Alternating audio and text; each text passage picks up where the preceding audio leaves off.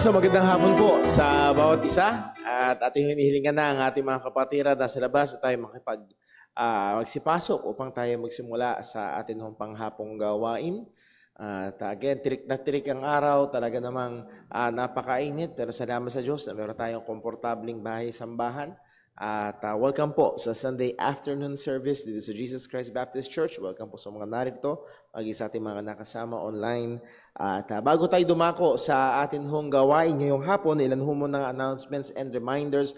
Again, we thank God and we thank you sa lahat ho ng mga nag-pray, sumuporta, tumulong sa nangyaring 2024 Youth Camp nitong nakaraang linggo. Monday, Tuesday, Wednesday, salamat sa Diyos sa patuloy niyang kahabagan, pag-iingat at pagpapala at naging humanly speaking, we can say that naging successful ang camp, iningatan ng Diyos. As we have said kanina, meron lang isang young people na nadapa doon sa isang game. Pero salamat sa Diyos na ang feedback din naman ho ay positibo. And let us continue to pray na nawa ang mga katotohanan ng Diyos na napag-aralan ay magkaroon ng impact sa buhay ho ng atin hong mga kapatiran. No? And as I've said, ako mismo ay nakinabang doon sa mga pagtuturo ng salita ho ng Panginoon. Isa sa katotohanan na nag-stake sa akin, pagkatapos ilalangin ng Diyos si Adan, ay pinadaan ng Diyos lahat ng hayop sa harapan ni Adan. Pinangalanan ni Adan at walang nasumpungan na help meet for Adam. Bakit? Dahil ang lalapat lang sa kanya ay yung kapwa niya image bearer. Ayan, yung kapwa niya image bearer, he must be or she must be also an image bearer of God. At yun lamang ang pupwede. So hindi pwedeng partner ang hayop. Hindi uubra. And then also, napakalaking blessing na kung yung unang Adan ay pumalya na ingatan yung kanyang asawa na si Eva, well, the second Adam, which is the Lord Jesus Christ, ay hindi papalya sa pag-iingat sa kanyang bride. Walang iba kung hindi ang iglesia. So, purihin ng Diyos sa katotohanan po na yon. So, those two things ay talaga nag-stick ho sa akin at yung mga implications nito at purihin ng Panginoon. At muli ho, at Lord willing, next Sunday, kung liban na baka makalimutan gawin, pero next Sunday, magpapalabas tayo ng slideshow, ng pictures ng ating mga young people. Makakita niyo ho kung ano yung mga nangyari doon, mga kaganapan doon sa youth camp, at napaka-laking biyaya po yan. So, ang nakasunod ho na aktibidad dito sa ating church, Lord willing, come May, medyo papahinga tayo ngayon, pero pagdating ng May 1, meron tayong church outing, Wednesday po yan. Yan po ay holiday at napag-usapan na ko natin kanina after ng worship service, yung lugar na ating pupuntahan at very minimal ang ating outing fee, 100 per person, 4 years old pababa, 70 pesos, 5 years old pataas, 100. At nawaho ay nakita natin ang ganda ng pupuntahan natin. Isang malaking blessing doon, may bubong yung swimming pool. So talagang pwedeng sulitin yung iba. Pagpatakip silim na, doon lang nagsiswimming. Ngayon pwede talagang ma-enjoy at talagang napakaganda. Salamat sa Diyos sa lugar ho na yon. At and also pag-pray din ho natin yung Mother's Day May 12. So pag-imbita ho natin sa mga nanay, and then yung ating anniversary sa May 26, 14th year church anniversary natin. At ang atin hong tema sa parating na anibersaryo is United in the Gospel. Pinapanatili natin na talagang heartbeat ng church na ito, ang ebanghelyo ng ating Panginoon. Una ay entrusted with the gospel. Ano yung pangalawang natin? Una, entrusted with the gospel. Worthy of the gospel last year, and Lord willing this year, united in the gospel. As we're always doing, sa umaga ay evangelistic, and then sa hapon yung ating church celebration and fellowship. At nawaho ay markahan natin yan sa ating mga kalendaryo at patuloy tayo na maging involved sa mga gawain po dito sa ating iglesia. Okay, that concludes our announcements and reminders sa atin mga kapatiran. Muli, maraming salamat ho sa mga kapatirang sumuporta at nag-pray sa camp, and also thank you sa punong abala ng camp ho na yon sa atin, si Brother Daryl, and salamat po sa mga sumuporta. And Lord willing, mamaya yung mga talagang matatawag na staff, naging staff talaga, tumulong sa maraming mga bagay pagdating sa campay, magkakaroon ng a little bit of celebratory dinner. At kung meron gustong sumama ho sa inyo, pwede kayo sumama, pero kikibiyot. So pag-pray ho natin yan, nawa ho ay patuloy na maluwalhati ang Diyos sa lahat ng ating gagawin. With that, tayo po ay dumako sa ating paghahanda sa panalangin. Magkaroon tayo ng sandali ng tahimik at personal na pananalangin. Hingin natin ang tulong, gabay at pagsiyasat ng Diyos upang tayo ay maihanda sa pagsamba sa Kanya. Let us pray.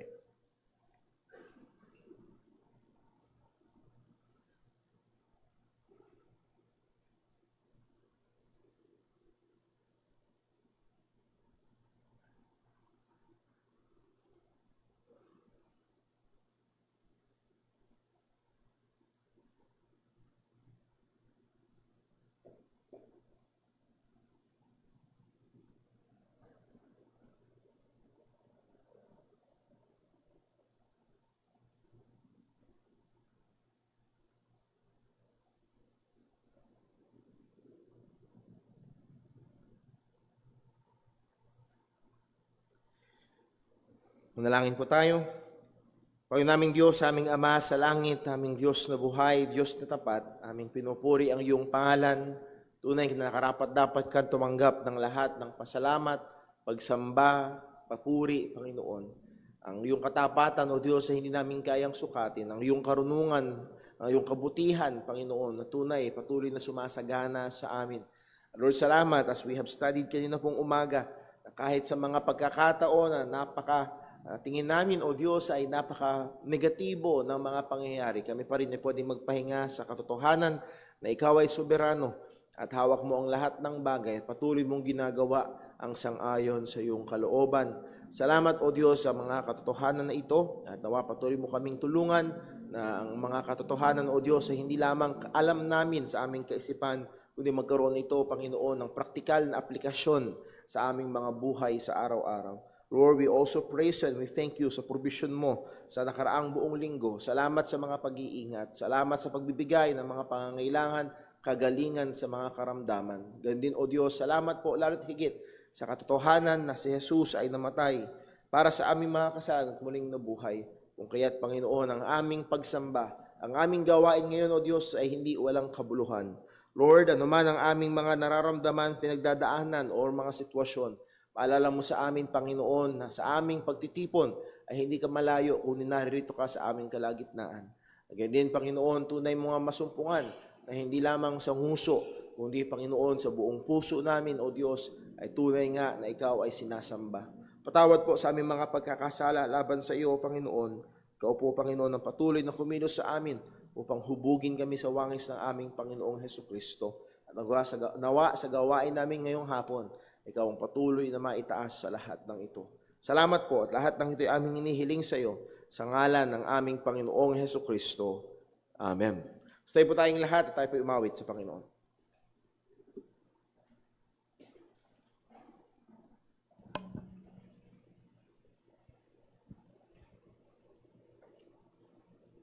Tayo po umawit sa Panginoon. Awitin po natin, Praise the Lord from Psalm 150.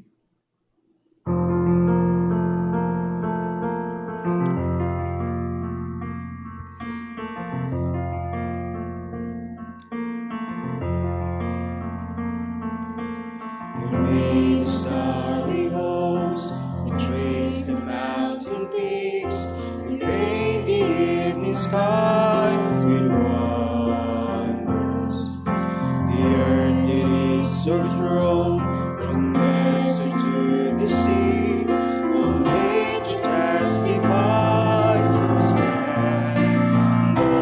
Praise the Lord, praise the Lord, sing His greatness, all creation, praise the Lord.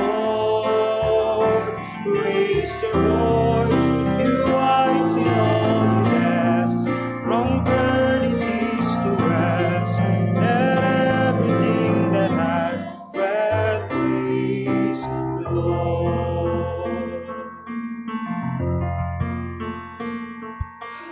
You reach into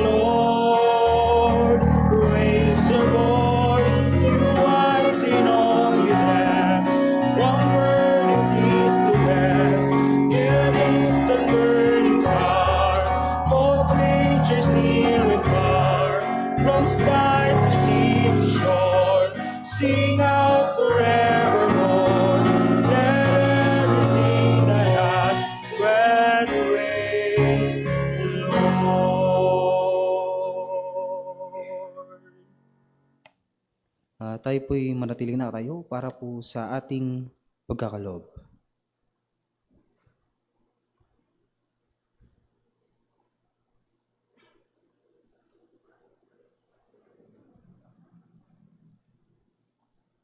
Tayo po'y basahin po natin mga talatang basihan sa ating pagkakaloob.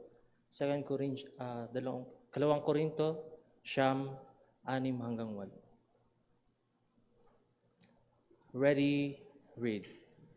At ito ang ibig kong sabihin, ang nagtatanim ng kaunti, ay kaunti rin ang aanihin. At nagtatanim ng marami, na marami rin ang aanihin. Ang bawat isa ay magbigay ayon sa ipinasya ng kanyang puso, hindi nang hihinayang na pipilitan lamang, sapagkat iniibig ng Diyos ang masayang nagbibigay. Kaya ng Diyos na pagkalooban kayo masaganang pagpapala sa lahat ng bagay, maging masagana kayo sa lahat ng uri ng buting gawa, habang pinupunan ng lahat ng iyong mga pangangailangan sa tuwing. Tayo po yung manalangin. Dakilang namin Diyos na makapangyarihan sa lahat. Kami po ay nagpupurit, nagpapasalamat na mayroon po kaming kalayaan upang purihin ka at pasalamatan at awitan ka, O Lord. Unang-una, Lord, nagpapasalamat po kami sa dakilang biyaya ng kaligtasan, O Lord. Salamat po sa inyong habag at awa.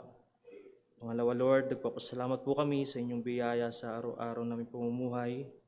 Di nagkukulang, kundi ito'y sapat. Salamat, Lord, sa mga pisikal na bagay na inyong binibigay.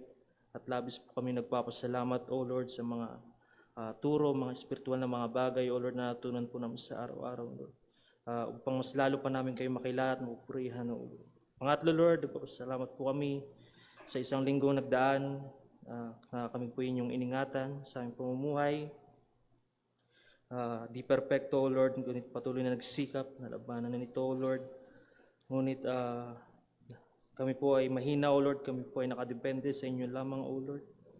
Bigyan niyo po kami ng pagkamuhi sa kasalanan, O Lord, takot sa inyo at spiritual na paglago, O Lord. Ngayon po ay dadako po kami sa aming pagbibigay. Nawa po kayo ang may taas, purihan, O Lord. Bigyan niyo po kami ng puso na nagagalak sa pagbibigay at di napipilitan, O Lord. Nawa ang perang malilikom ay magamit sa pagpapalawak ng inyong iglesia, O Lord, o ng ibang ebanghelyo, O Lord, ng marami pang maabot na kaluluwa, O Lord. Ngayon po, dadako po kami sa inyong pagsamba. Nawa kayo pong may taas, purihan. Sa pangangaral, O Lord, ay tulungan niyo po kami na ito ng aming puso't isipan, O Lord, sa inyong mga salita. Tulungan niyo rin po kami ang aming pangangaral. Ngayon, kayo po ang manguna, O Lord, nawa tanging katotohanan lamang may pangaral, O Lord. Kayo po ang magbigay sa Kanya ng wisdom, knowledge, patungkol sa inyong mga salita, O Lord. Lord, we offer this to you, all for your glory. In Jesus' name we pray. Amen.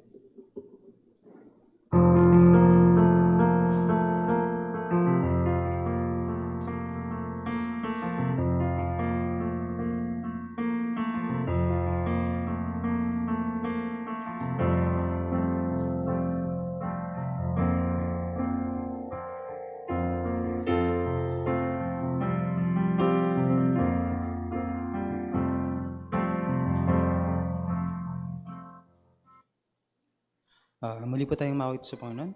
Awitin po natin, Wonderful Grace of Jesus.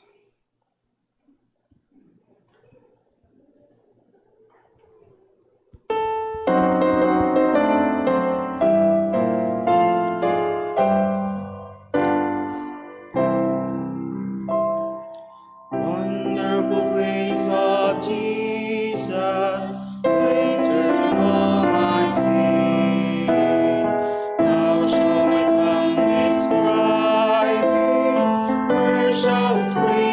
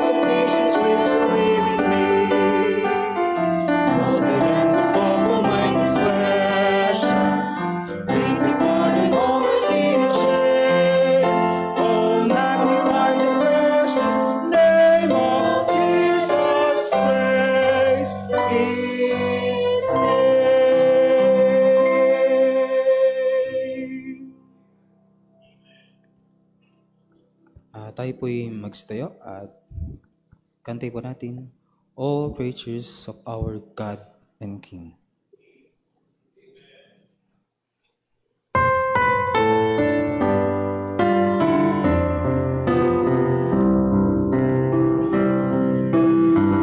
All creatures of our God and King, top your voice and bid us sing.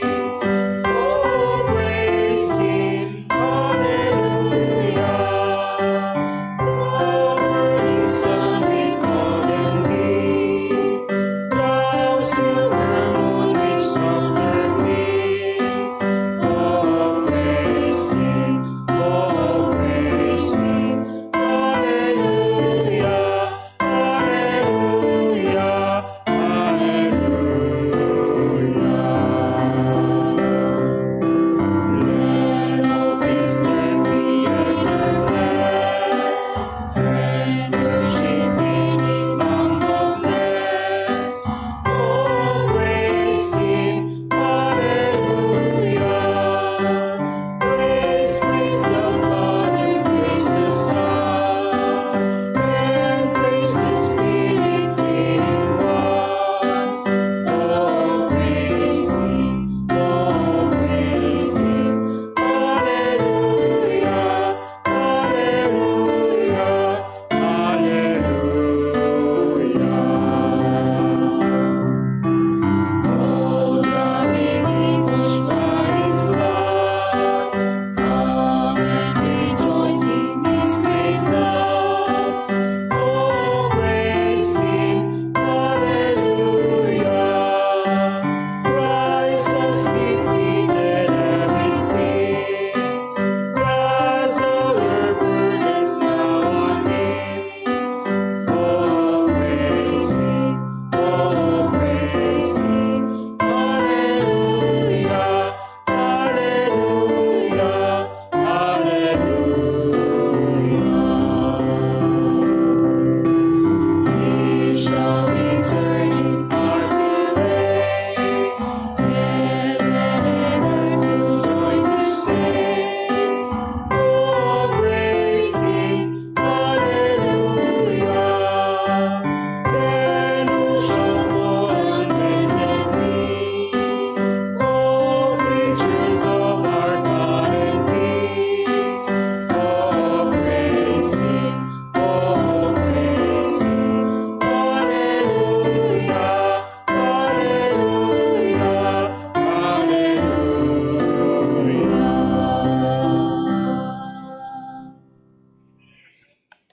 Manitili po tayong nakatayo para po sa pagbasa ng salita ng Diyos.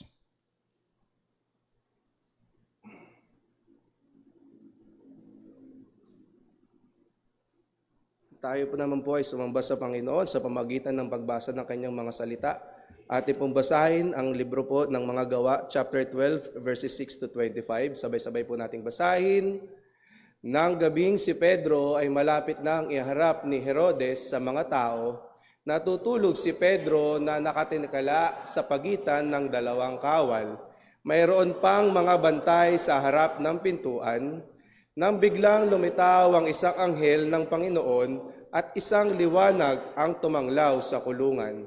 Tinapik niya si Pedro sa tagiliran at ginising.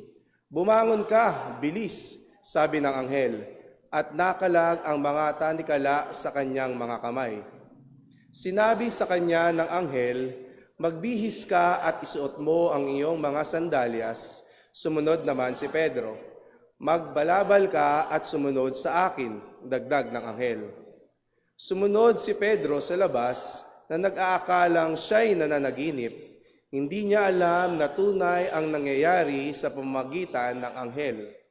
Nadaanan nila ang una at pangalawang bantay at dumating sila sa pintuang bakal na patungo sa lungsod. Ito'y kusang nabuksan para sa kanila at sila'y lumabas. Pagkaraan nila sa isang lansangan ay agad siyang iniwan ng anghel. Noon natauhan si Pedro, kaya kanyang sinabi, ngayon natitiyak ko na sinugo ng Panginoon ang kanyang anghel at inilagtas ako mula sa kamay ni Herodes at sa lahat ng binabalak ng mga Hudyo. Nang mapag-isip-isip niya ito, pumunta siya sa bahay ni Maria, ang ina ni Juan na tinatawag ding Marcos. Doon nagtitipon at nananalangin ang maraming tao. Nang kumatok siya sa pinto, isang babaeng katulong na ang pangalan ay Roda ang lumapit upang alamin kung sino ang kumakatok. Nang makilala niya ang tinig ni Pedro, sa laki ng tuway hindi na niya nagawang buksan ang pinto. Sa halip ay tumakbo siya paloob at sinabing si Pedro ang nasa pintuan. "Nababaliw ka na," sabi nila sa kanya. Ngunit ang pinilit niya na naroon talaga si Pedro, kanilang sinabi, "Anghel niya yun." Samantala'y patuloy sa pagkatok si Pedro, nang kanilang buksan, nakita nila si Pedro at sila'y namangha. Sila'y sinenyasan niyang tumahimik, pagkatapos ay isinalaysay sa kanila kung paano siya inilabas ng Panginoon mula sa bilangguan. Pagkasabi niyang, "Ipagbigay alam ninyo ito kay Santiago at sa mga kapatid." Siya'y umalis at pumunta sa ibang dako. Kinaumagahan, gulong-gulo ang mga kawal dahil hindi nila alam kung ano ang nangyari kay Pedro. Nang hindi pa rin siya matagpuan matapos maipahanap ni Herodes, ipinasiyasat nito ang mga bantay at ipinag-utos na sila'y patayin. Buhat sa Judea, si Pedro ay pumunta sa Cesarea at doon nanirahan. Matagal na ang umaapaw ang galit noon ni Herodes sa mga taga-Tiro at taga-Sidon. Nagkaisa ang mga tao na pumunta sa kanya upang makipagkasundo, sapagkat umaasa ang kanilang bayan sa lupain ng hari para sa kanilang ikabubuhay. Hindi kaya't nila si Blasto na katiwala ng hari upang tulungan sila. Sumapit ang takdang araw at sinuot ni Herodes ang damit hari at naupo sa trono at sa kanila'y nagtalumpati. Sumigaw ang taong bayan, "Ito'y tinig ng Diyos at hindi ng tao." Noon di agad siyang sinaktan ng isang anghel ng Panginoon sapagkat hindi niya ibinigay ang kaluwalhatian sa Diyos. Kinain siya ng mga uod at namatay. Samantala, ang salita ng Diyos ay patuloy na lumaganap at marami pa ang nahikayat. Matapos magampanan ang kanilang tungkulin sa Jerusalem, nagbalik sina Bernabe at Saulo na kasama si Juan na tinatawag ding Marcos. Purihin po ang ating Panginoon sa pagkabasa ng kanyang mga salita. Tayo po'y magsiupo.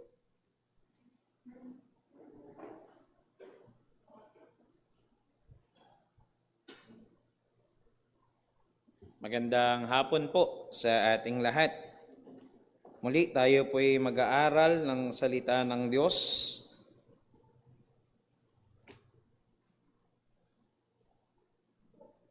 Noon pong March 1942, di ko alam kung meron na pong buhay sa inyo. March 1942, sa ilalim ng ng utos ni US President Franklin Roosevelt, ay napilitan si General Douglas MacArthur na lisanin ang Pilipinas at iwanan ang 90,000 na mga Amerikano at Pilipino na mga sundalo na nakikipagdigma laban sa mga Hapon. Sa loob ng 2.5 taon, ang palaging sinasabi ni General Douglas MacArthur sa kanyang mga speech habang siya'y naroon sa Amerika, "I shall return." Ito'y mensahe na siya'y babalik sa Pilipinas upang tulungan ang mga kapwa niya sundalo at tulungan sila na labanan ang mga Hapon. Sa mga panahong iyon ay doon bumagsak ang Bataan, at nangyari ang tinatawag na Death March, kung saan ang nasa 76,000 na mga sundalong magkahalong Pilipino at mga Amerikano ay pinagmarcha ng humigit kumulang 106 na kilometro sa loob ng 8 araw. At 7,000 sa kanila ang namatay. Makalipas ang 2 buwan, bumagsak ng tuluyan ang korehidor at tuluyan na ngang nagapi ang bansang Pilipinas. Ngunit noong October 20, 1944, ay nakabalik ng Pilipinas si General Douglas MacArthur and he declared, "People of the Philippines, I have returned." Hindi man agad-agad nakabalik si General Douglas MacArthur, pero tinupad niya ang kanyang pangako na bumalik sa Pilipinas at tulungan yung mga naiwanan niyang kapwa sundalo sa pakikipaglaban sa mga Hapon. Mga kapatid, ngayon pong hapong ito ay makikita natin na ang ating Diyos ay lalong higit kay General Douglas MacArthur.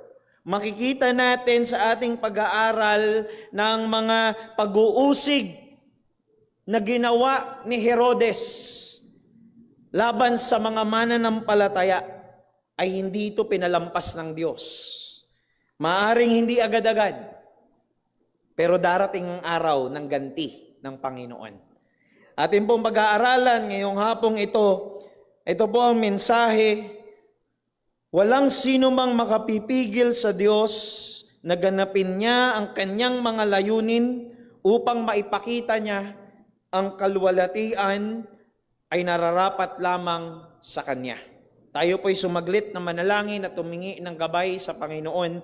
O Diyos naming dakila, aming Ama na makapangyarihan sa lahat. Lord, kami po'y lubos na nagpapasalamat sa iyo ngayong hapong ito. Tunay nga, salamat Panginoon na meron kaming kalayaan na kami magtipon. Meron kaming kalayaan na kami sumamba sa iyo, Panginoon. O Diyos, nawa ay gamitin namin ang kalayaan na ito upang magmapuri sa iyo at ibigay ang kaluwalhatian na nararapat lamang sa iyo, Panginoon. O Diyos, tulungan mo po kami sa aming pong pag-aaral ngayong hapong ito. Gabayan mo po kami ng iyong karunungan. Gabayan mo po kami ng iyong kapangyarihan. Ikaw ang siyang kumilos, Panginoon, sa amin. Bigyan mo ng kaliwanagan ang aming mga puso, ang aming tainga sa iyong mga salita na ipahayag ngayong hapong ito, Panginoon. Maluwalhati ka at mapapurihan, ito po ang aming samot dalangin sa matamis at mapangirihang pangalan ng aming Panginoong Jesucristo. Amen. Amen. Nakita po natin mula sa mga nakaraan nating pag-aaral na hindi sa tindi, hindi sa lakas ng ating pananampalataya nakasalalay ang pagkilos ng Diyos. Nakita natin na ang soberanong Diyos ay malayang kumilos ayon sa kanyang perpektong kalooban para sa kanyang ikaluluwalhati. Bagamat alam natin na ang nais ng Diyos para sa ating mga mananampalataya ay lumakad tayo at mabuhay ng ayon o mabuhay sa ating pananampalataya. Ito'y responsibilidad natin bilang mga mananampalataya na magpakalakas, magpakatatag at lumago sa ating pananampalataya. Ngunit naroon ang katotohanan na papalya tayo. Papalya tayo. Sa maraming beses ng ating buhay ay papalya tayo sa ating pananampalataya. Excuse me. Pero naroon ang comfort ng Panginoon sa atin. Na sa kabila ng lahat ng ating kahinaan, sa kabila ng lahat ng ating pagpalya, ay ibibigay pa rin ng Diyos o gaganapin pa rin ng Diyos yung kanyang kalooban para sa atin.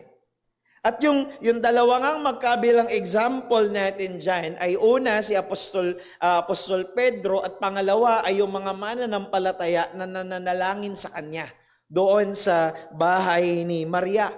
Una, nakita natin na habang naroon si Apostol Pedro sa kulungan, ay nakita natin na kanyang ipinamuhay yung pananampalataya. Pinamuhay niya yung lubos na pagtitiwala sa Panginoon sa kanyang pangako. Makikita natin kung tutuusin, nasa bingit ng kamatayan itong si Apostol Pedro. Kumbaga naghihintay na lamang siya ng oras, ng araw kung kailan siya papatayin. Alam niya na anytime Pwede siyang pakuha doon ni Herodes sa kulungan at hirap sa mga Hudyo at ipapatay. Pero sa kabila nun, ay ipinahinga niya yung kanyang isip at yung kanyang puso, literally, natulog si Apostol Pedro sa gitna ng kalagayan na nasa bingit siya ng kamatayan. Wala itong pinagkaiba sa ginawa ng ating Panginoong Hesukristo na natulog sa gitna ng unos. Na alam ni Apostol Pedro ang propesiya sa kanya ng Panginoon. Darating sa iyo ang kamatayan minsan isang araw at an old age. Kapag matanda ka na. At pinagtiwalaan niya yun. Pinagtiwalaan ito ni Apostol Pedro, itong propesiya ng Panginoong Hesukristo sa kanya. Hindi niya man alam kung paano. Hindi niya man alam kung paano siyang makaliligtas doon sa sitwasyon na kinalalagyan niya noong mga panahong yun. Pero alam niya na ililigtas siya ng Panginoon. Hindi pa ako ngayon mamamatay. Bata-bata pa ako. Ililigtas ako ng Panginoon. At nagpahinga siya sa mga plano ng Diyos para sa kanya. At yung pangalawang example na nakita nga natin doon, yung mga mananampalataya na sa kabilang banda ay nakita natin itong mga mananampalataya na to na nanalangin para kay Apostol Pedro. Ang sabi ng Biblia, they were praying fervently. Fervently silang nananalangin. Ibig sabihin, hindi sila tumigil sa pananalangin. Patuloy, mayroong kasigasigan sa pananalangin para kay Apostol Pedro. Of course, itong ginagawa nila is an act of faith. It is an act of faith. Pero nakita natin na nung itinakas ng Diyos si Apostol Pedro sa pamamagitan ng isang anghel doon sa kulungan, tapos nandun na siya, dumating na siya, nakatakas na siya, nakarating na siya doon sa harapan ng gate, harapan ng pintuan ng bahay ni Maria, kumakatok siya. At lumapit si Roda at ibinalita doon sa mga mananampalatayang nananalangin, ayaw nilang maniwala. Ayaw nilang maniwala. Samantalang sila'y patuloy na nananalangin. Ito na yung pinapanalangin nyo. Ito na yon. Sinagot na ng Panginoon. Pero makailang beses pa rin silang ayaw nilang maniwala kay Roda. Na si Apostol Pedro na nga talaga yon. Makikita natin na bagamat meron silang kasigasigan sa pananalangin, pero makikita natin na maging ang mga mananampalatayang ito'y merong pagpalya sa kanilang pananampalataya. Si Apostol Pedro, again, yung example ng lubos na pagtitiwala sa Panginoon, isang example ng matinding pananampalataya, maging sa gitna ng unos ng buhay, maging sa kalagitnaan ng bingit ng kamatayan. At yung mga mananampalataya naman na naroon sa bahay ni Maria ay isang halimbawa ng pagpalya sa pananampalataya. Pero narito ang comfort sa atin na malakas man o mahina yung ating pananampalataya ay hindi roon nakasalalay ang pagkilos ng Panginoon. Di ba? Salamat sa Panginoon. Salamat sa Panginoon na kung sa pananampalataya natin nakasalalay ang pagkilos ng Diyos, hindi natin maibibigay ang kaluwalhatian sa Kanya. Hindi natin maibibigay ang kalwalatian sa Kanya. Kung sa pananampalataya natin nakasalalay ang pagkilos ng Diyos, aangkinin natin ang kalwalatian. Ang lakas ng pananampalataya ko Ang tindi ng pananampalataya ko Totoo yan. Paano mong luluwalatiin ng Diyos? Sa'yo nga nakasalalay. Biyaya ng Panginoon. Biyaya ng Diyos, hindi lamang yung kumilos siya sa kabila ng ating pagpalya, kundi biyaya din ng Diyos na iligtas niya tayo doon sa kasalanan na kunin natin ang kalwalhatian na nararapat lamang para sa Kanya. At ito yung makikita natin sa pag-aaral natin ngayong hapon, yung kasalanan ng self-glorification. Yung kasalanan na pagkuha ng kaluwalhatian na nararapat sa Panginoon at iatang mo sa iyong sarili.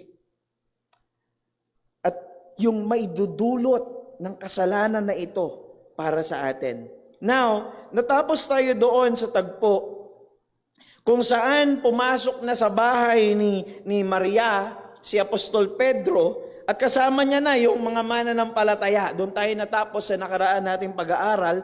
Though, makikita natin, ito na sana yung panahon na mag-rejoice sila eh. Ito na sana yung panahon, uy, ito na si Apostol Pedro.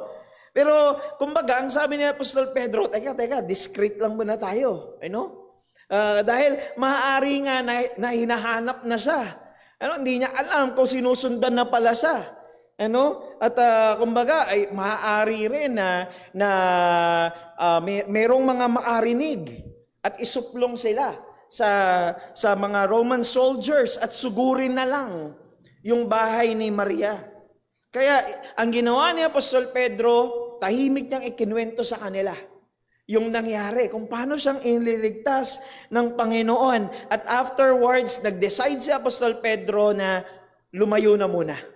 Lumayo na muna. Of course, mga kapatid, yung tindigan natin ng Ebanghelyo, yung maging matapang tayo sa pagpapahayag ng katotohanan, dapat lamang po natin gawin. It is an act of faith. Pero tandaan natin na ang pananampalataya ay hindi rin yung palagi tayong sugod ng sugod. Baka kasi magkaroon tayo ng ideya na ang pananampalataya ay yung basta lang sugod tayo ng sugod. Bagamat sabi ko nga may mga pagkakataon na kailangan nating tindigan ang ating pananampalataya. Pero may mga pagkakataon din naman na as an act of faith, kailangan muna nating lumayo sa gulo. Kailangan muna nating maging maingat sa ating mga hakbang at maghintay ng tamang pagkakataon. At yun ang ginawa ni Apostol Pedro dito. Umalis siya muna, nagtago siya muna, at sinigurado niyang walang ibang mga mananampalataya ang madadamay pa. Dahil alam niya yung gulo na meron no mga panahong yon. At kung meron man, madakip yung mga yon, higit sa malamang papatayin din sila ni Herodes. At sinigurado niya na hindi na lalala ang sitwasyon. At sa chapter 15, doon nga natin makikita muli si Apostol Pedro from chapter 12, at makikita natin nandoon siya sa Jerusalem. At ito na nga yung nangyari sa bilangguan nung makatakas na si Apostol Pedro. Verse number 18. Now, when they came, there was no little disturbance among the soldiers over what had become of Peter. Di ba nga, the night before ng Feast of the Passover, doon iniligtas ng Diyos si Apostol Pedro. At ito na nga, nag-umaga na. Ibig sabihin, ito na mismo yung araw ng Feast of the Passover. Ito na yung itinakdang araw ni Herodes kung kailan niya papatayin sana o ihaharap sa mga Hudyo si Apostol Pedro para makuha niya yung loob ng mga Hudyo. Ito na sana yon. Pero pagkagising ng mga bantay kinabukasan, wala na. Wala na si Apostol Pedro. At ang sabi dyan ng talata, there was no little disturbance. Ang sabi dyan, nung no little, hindi maliit. Hindi maliit, hindi simple na disturbance lang yung nangyari. Ibig sabihin, matinding kaguluhan. That's an understatement, yung pagkakagamit dyan na no little. Ang ibig sabihin yan, matinding kaguluhan yung nangyari. Pagkagising nila, wala yung binabantayan nila. Siguro, yung mga soldiers talagang naghalughog. Talagang hinanap nila yung buong bilangguan. Hindi malayo na maaaring nagtalo-talo pa itong mga soldiers na ito. Ikaw kasi ba't ka kasi natulog? Hindi malayo na ganon. At itong mga soldiers na ito, kilala nila si Herodes. Hindi ito yung klase ng leader na bibigyan sila ng mercy. Hindi siya ganon. During that time, kapag ikaw ay isang soldier na nagbabantay sa kulungan at yung binabantayan mo ay makatakas, ang kaparusahan nun ay kamatayan. Ganon kabigat. Ganun kabigat yung parusa. Kaya hindi ito simpleng bagay lang itong nangyari na to na para sa mga sundalo na to na nagbabantay, dahil alam nila ang kapalit nito ay buhay nila. Kaya nga yung pagkakagamit dyan again ng there was no little disturbance, ang ibig sabihin niyan ay kulang na lang siguro pagbali-balig ta rin nila yung kulungan para lamang mahanap, para lamang mataktak nila at mapalabas nila, baka doon nagtatago si Apostol Pedro. Maaring hindi na nabanggit, pero hindi imposibleng natatakot na yung mga soldiers para sa buhay nila sa pagkakataong ito. I remember po, nung mga bata pa kami ni Darwin, nagkaroon kami minsan ng pagkakataon na hindi kami magkasundo. Talagang nag-away kami. At talagang nagkasuntukan po kami, nung bata pa kami noon. Tapos, nag-away kami, nagsusuntukan kami, tapos bigla na lang dumating si mama. Lumabas siya, di ko maalala saan nagaling, biglang dumating. Hindi namin napag-usapan, pero walang kahit isa sa amin na nagsumbong. walang nagsumbong ng kung ano yung nangyari. Parang wala lang nangyari. Kasi syempre, parehas kaming takot Parehas kaming natatakot na mapagalitan. Parehas kaming natatakot doon sa consequence. Ng mali naming ginawa. Pero itong mga soldiers na ito, wala silang ganong choice na manahimik lang. Wala silang ganong choice. Kailangan nilang mag-report. Dahil alam nila, inaabangan na ni Herodes itong araw na to. Wala silang ganong klase ng choice. Kailangan nilang sabihin, King Herod, nawawala yung binantayan namin. Hindi sila pwedeng manahimik lang. Tapos wag na lang din nilang isumbong yung isa't isa. Well, hindi ganon yung sitwasyon.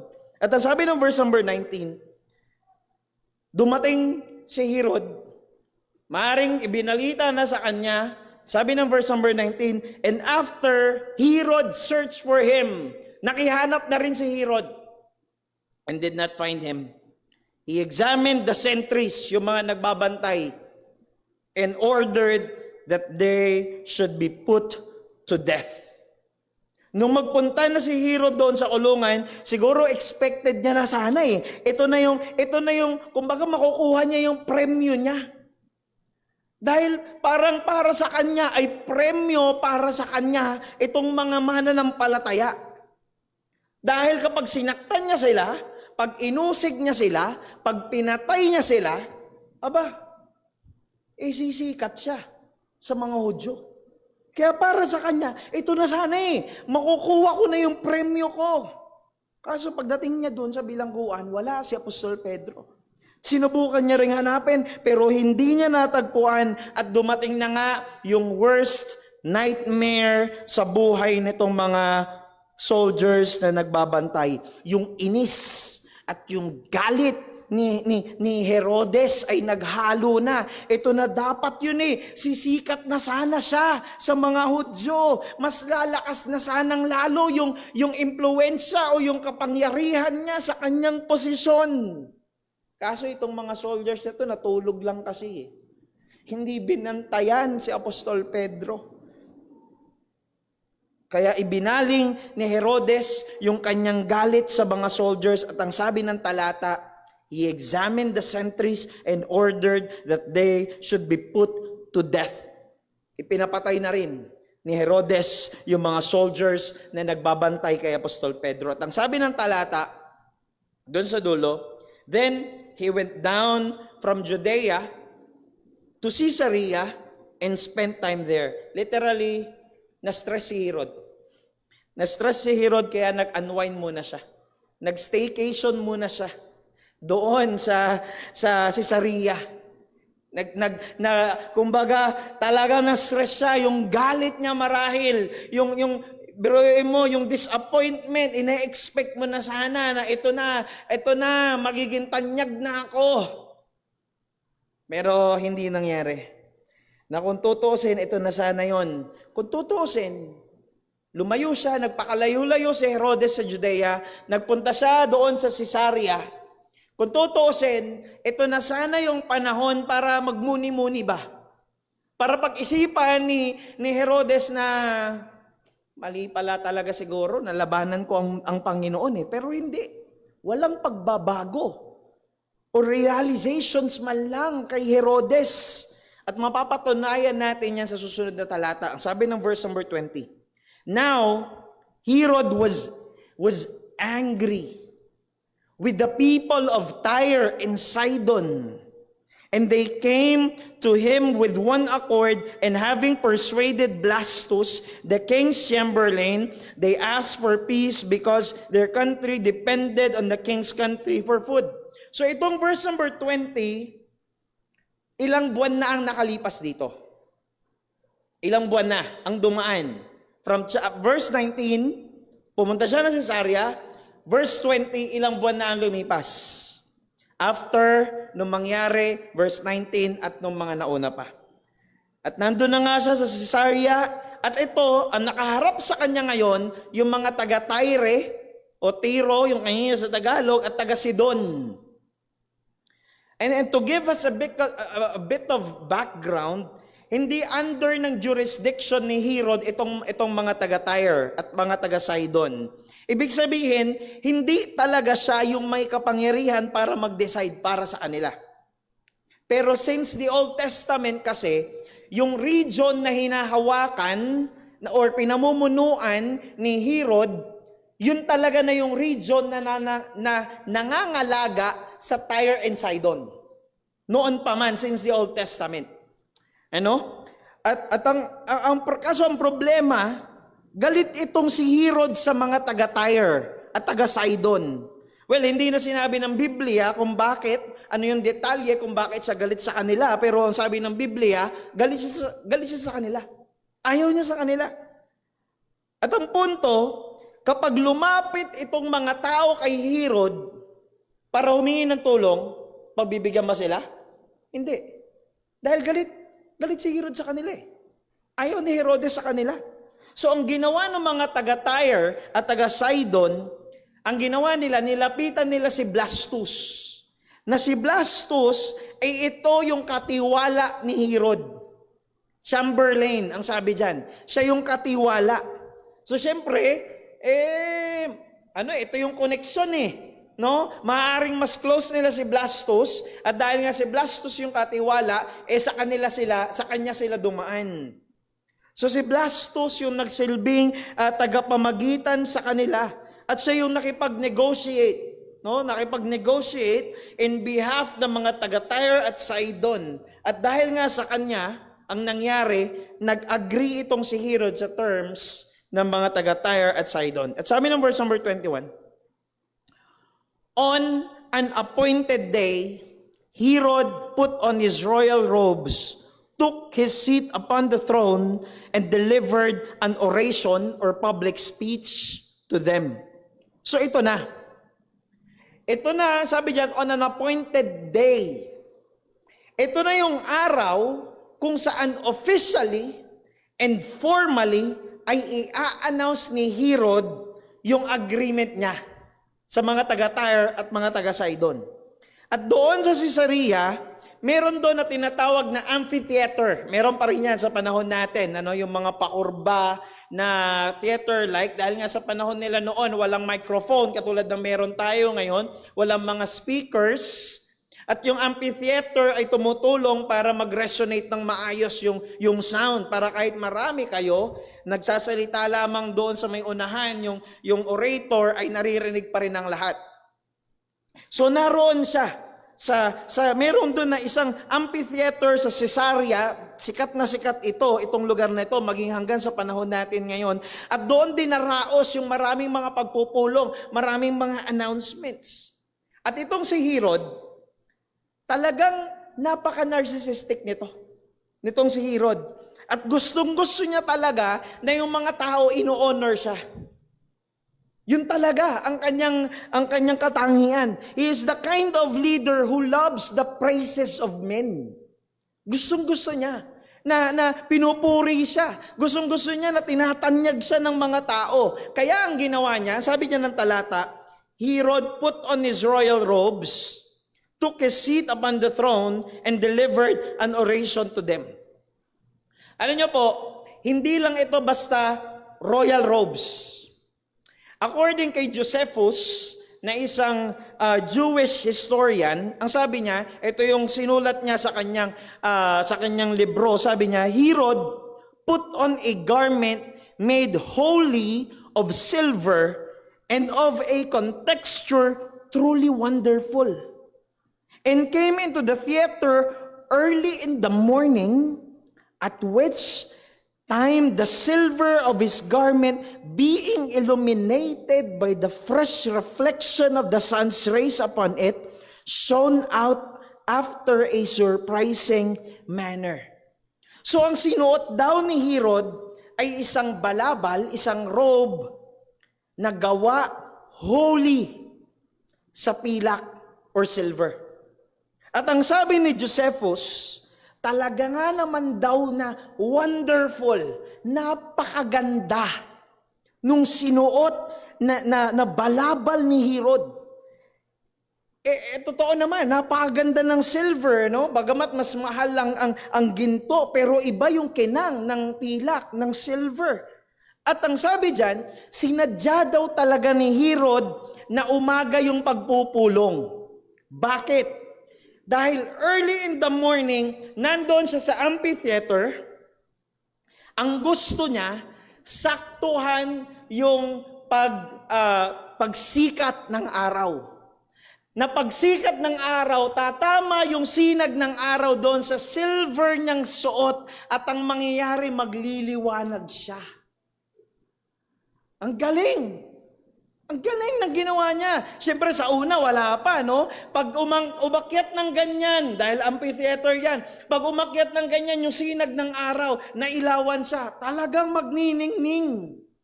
Magniningning. So talagang sinadya niya ito na gawin.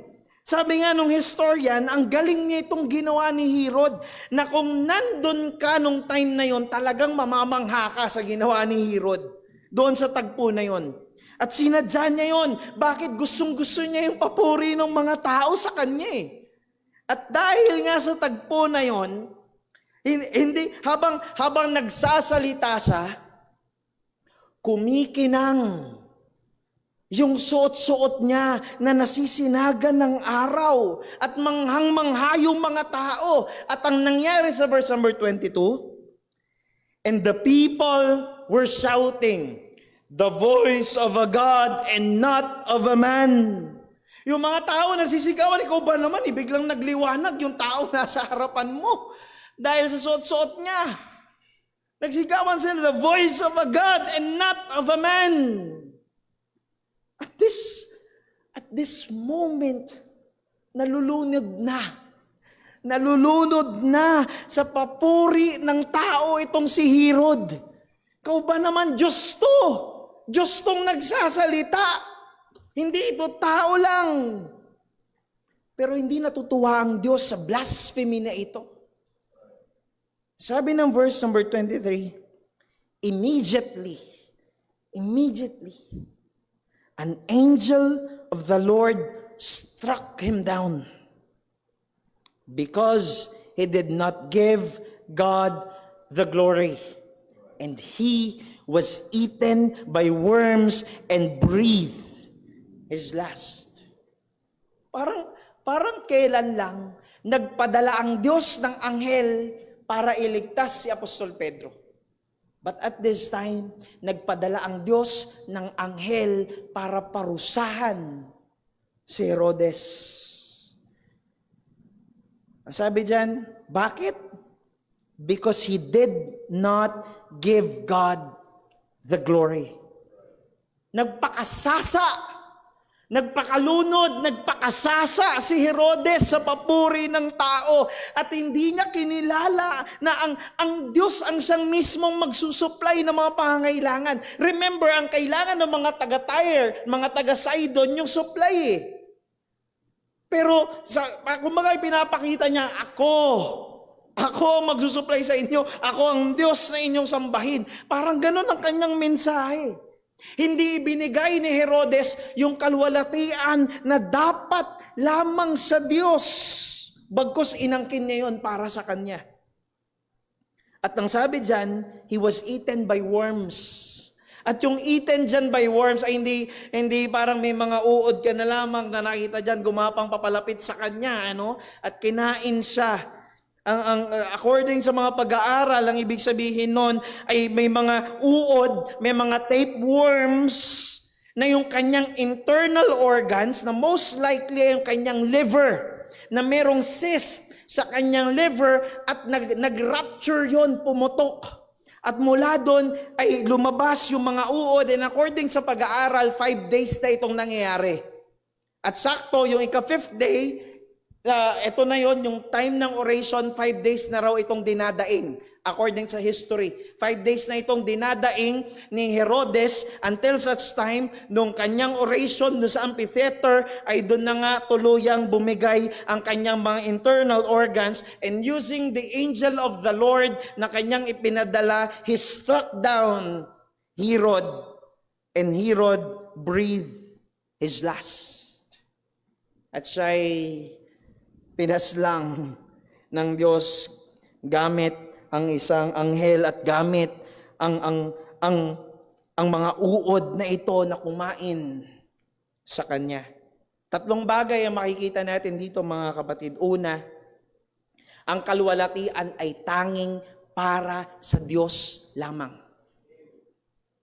Walang sino man, walang anuman na nilalang ang nararapat na mabigyan ng kaluwalhatian. Wala. Tanging ang Diyos lamang ang nararapat na parangalan ng papuri at luwalhatiin. Bakit?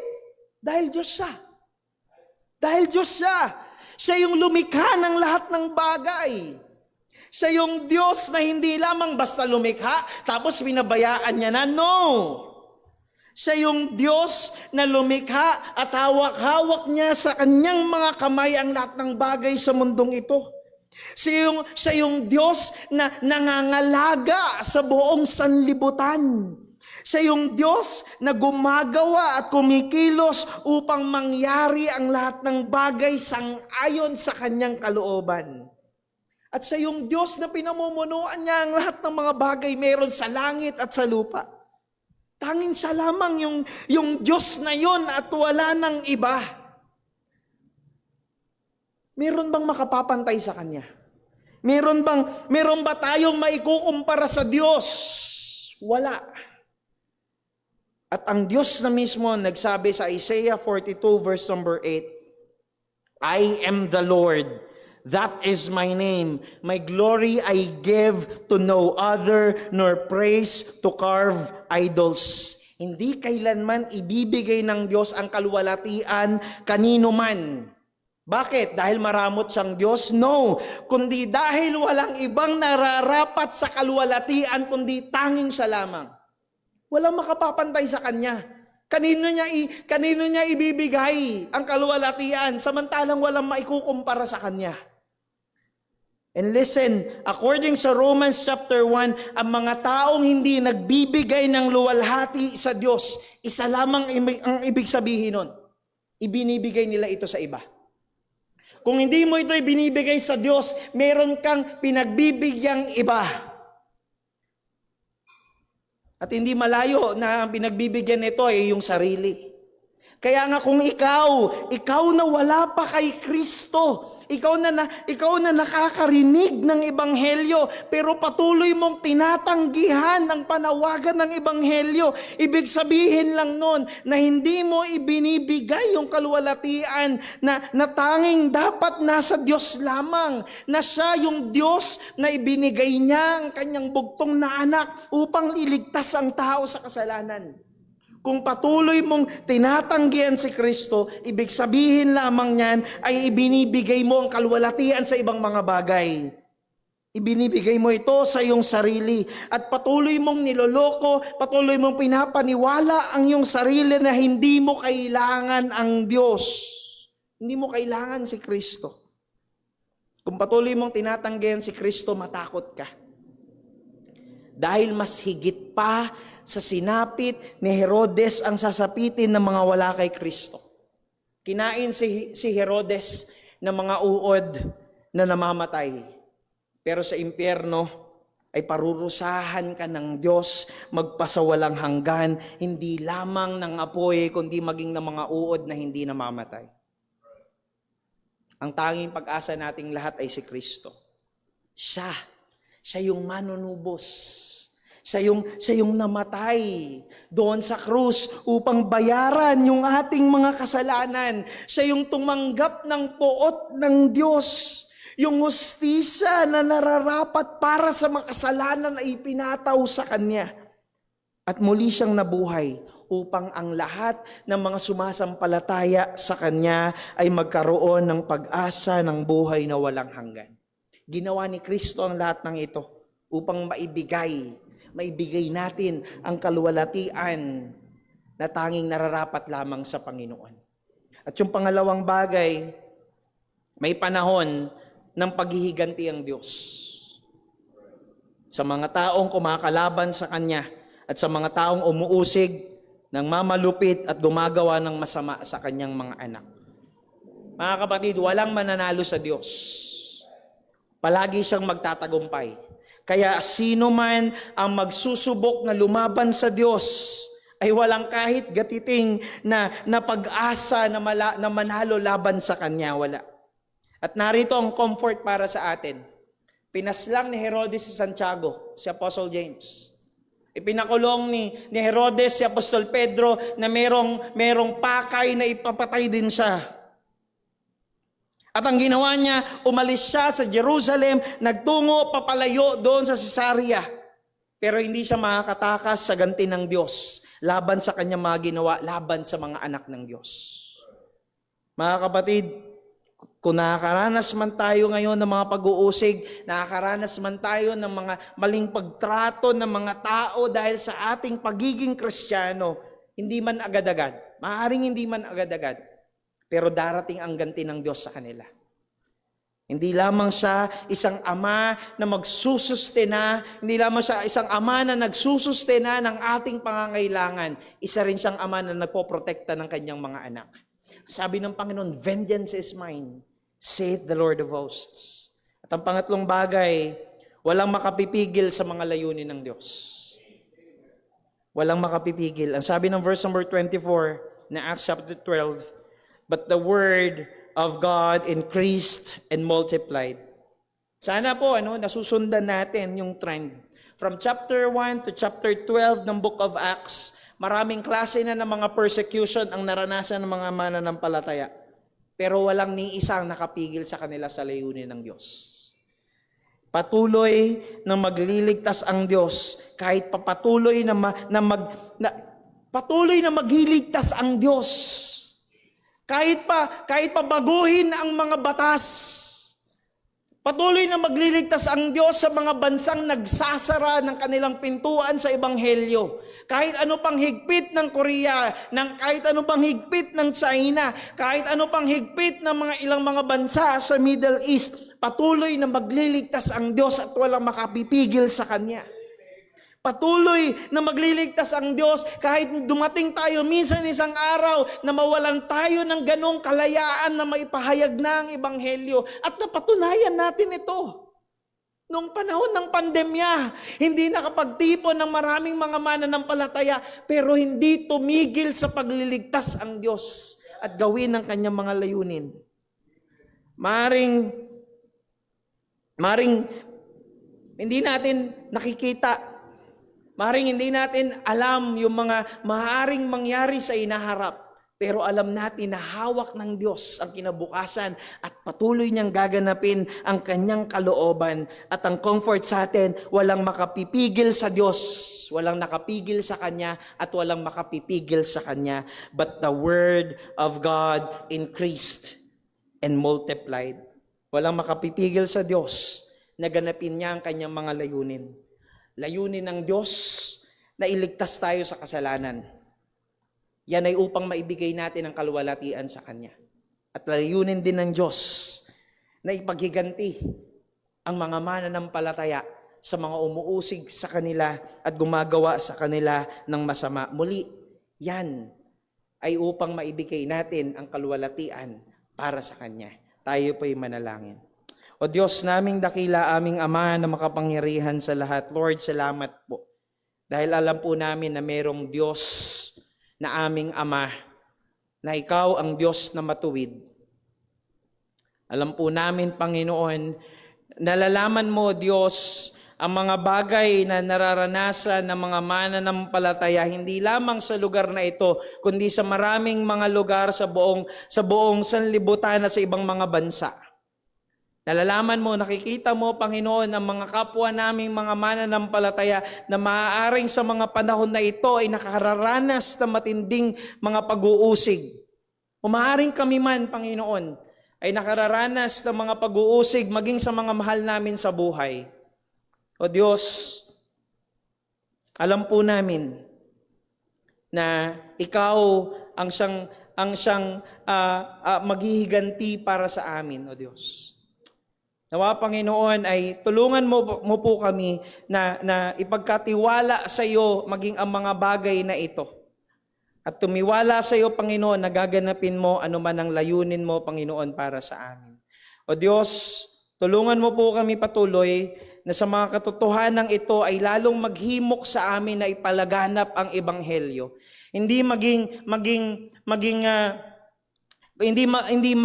kami mapigilan ng mga anumang mga nararanasan namin, anumang kabigatan, anumang pag-uusig. Hindi mapigilan kami nito na ipalaganap ang Ebanghelyo, kundi gamitin namin ito upang lalo pang maisulong ang iyong mga salita sa mga taong wala pa kay Kristo.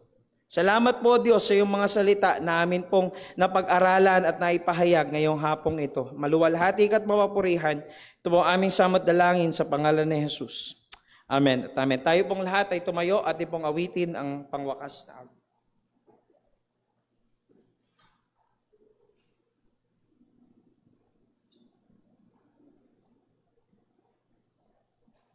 Tayo po imawit sa Panginoon. Awitin po natin. Praise Him, praise Him.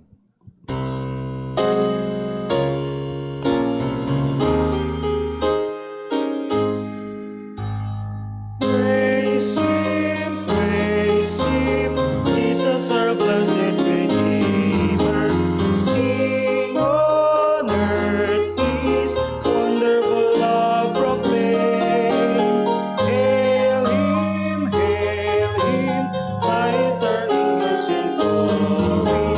Strength and honor give to His holy name. Like a shepherd, Jesus will guard His children. In His arms He carries them all day long. Praise Him, tell of His excellent greatness. Praise Him, every joyful song. Praise Him, Jesus our blessed Redeemer. Heavenly thoughts, loudly the saddest ring. Jesus Savior, reigneth forever and ever. Crown Him, in place and King. Christ is coming, over the world victorious. What glory unto the Lord belong. Praise Him, tell of His excellent greatness. Praise Him, every joyful song. Amen. Purihin po ang pangalan ng Panginoon at salamat sa paalala ng salita ng Diyos at nawa tayo ay patuloy na maging mapagbantay na ang kalwalhatian ay patuloy na sikapin na ibigay sa Panginoon palagi. At sa ating paghiwa-hiwalay at nawa, saan man tayo tinawag ng Diyos, ano man ang ating gagawin, kung sakali man na mapuri tayo, ay ibigay natin sa Diyos ang lahat ng pasalamat at kalwalhatian. At sa ating paghiwa-hiwalay, nawa ang pagmamahal ng ating Ama, biyaya ng ating Panginoong Hesukristo, at ang kapangyarihan ng Banal na Espiritu ay tuloy na sumabawat isa sa atin. Tuloy tayong maging instrumento ng Panginoon sa katwiran para sa kalwalhatian ng kanyang Panginoon. Magandang hapon po. Dito nagtatapos ang ating pangalawang gawain. And after 7 minutes po, 3:40, ay magsisimula ang ating home prayer meeting. God bless po.